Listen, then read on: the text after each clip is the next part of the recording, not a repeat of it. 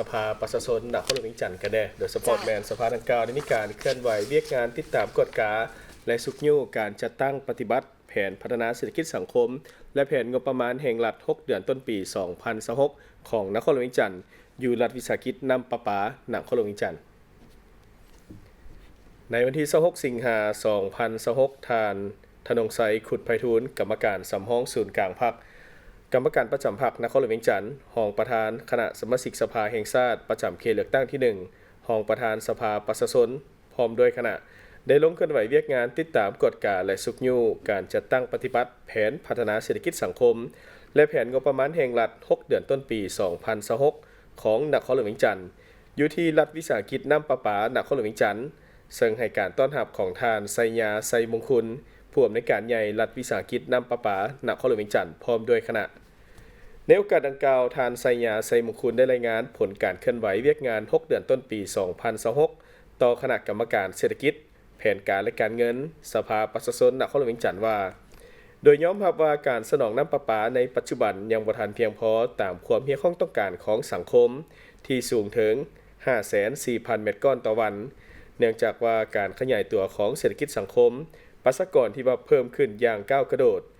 เพื่อแก้ไขปัญหาดังกล่าวนี้รัฐวิสาหกิจน้ำประปานครหลวงเวียงจันทร์ได้เล็งรัดการเพิ่มกำลังการผลิตซึ่งเห็นให้ปัจจุบันมีกำลังการผลิตเฉลี่ย 400,000 เมตรก้อนต่อวันแมนเพิ่มขึ้น 50,000 เมตรก้อนต่อวันจากก่อนแมนในปี 2024 พร้อมเดียวกันนั้นก็พร้อมเร่ง3โรงงานสำคัญที่ว่ากำลังก่อสร้างคือโรงงานผลิตน้ำประปาบ้านใหม่อยู่ที่ห้วยห้อมกำลังการผลิต 20,000 เมตรก้อนต่อวันมีกำหนดสำเร็จแมนเดือนเมษาย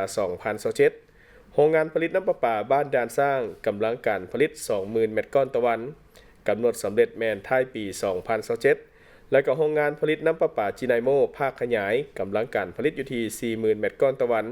กำหนดสำเร็จแมนท้ายปี 2028สำหรับการบริการทัวร์นครหลวงใน9เมืองหรือว่า481บ้านปัจจุบันสามารถเข้าถึงแล้ว378บ้านรวมเอา79ส่วนห้อยส่วนว่าอีก103บ้านที่ว่ายังเข้าบ่ทันถึงส่วนใหญ่แม่นอยู่เขตเมืองปักงืมเมืองสังทอง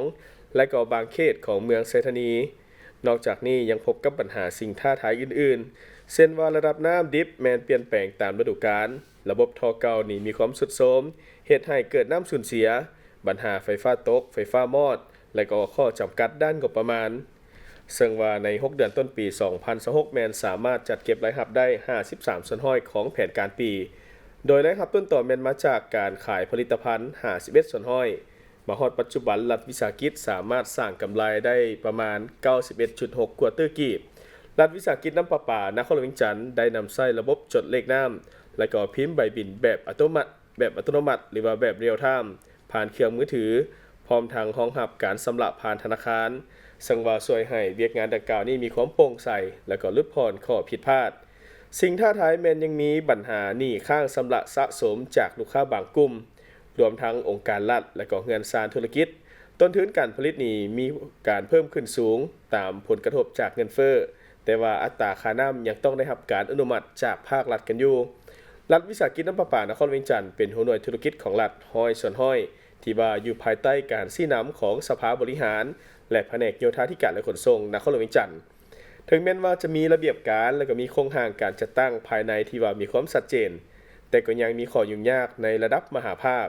เช่นว่าระเบียบคุ้มครองรัฐวิสาหกิจระเบียบเทคนิคน้ำประปาและราคาน้ำที่ว่ายังบ่ทันเป็นเอกภาพกันในขอบเขตทั่วประเทศในตอนท้ายของกองประชุมได้มีการแลกเปลี่ยนคำคิดคำเห็นอย่างตรงไปตรงมาพร้อมทางรับฟังการมีคำเห็นและทัศนะแลกเปลี่ยนพร้อมทั้งให้ทิศชี้นำเพิ่มเติมที่สำคัญจากทานธนงไซขุดไพฑูรย์ซึ่งได้เน้นหนักให้รัฐวิสาหกิจน้ำประปานครหลวงเวียงจันทร์เอาใจใส่เป็นพิเศษต่อกับการจัดตั้งปฏิบัติเวียกงานตัวจริงเวียกงานการยกระดับการบริการการเร่งแก้ไขปัญหาความบ่เพียงพอของน้ำประปาให้ทันกับการขยายตัวของสังคมเอาใจใส่ในการแก้ไขปัญหาสิ่งท้าทายต่างๆเช่นว่าปัญหาน้ำสูญเสียจากระบบท่อเก่าที่ว่ามีความทรุดโทรม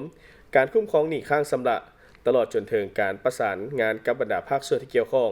การผันขยายบรรดาโครงการก่อสร้างโรงงานผลิตน้ำประปาแห่งต่างๆให้สามารถดำเนินไปตามกำหนดเวลาและมีประสิทธิภาพสูงสุดเพื่อรับประกันผลประโยชน์และการสนองน้ำให้แก่ประชาชนได้อย่างทั่วถึงนั่นเองท่านผู้ชม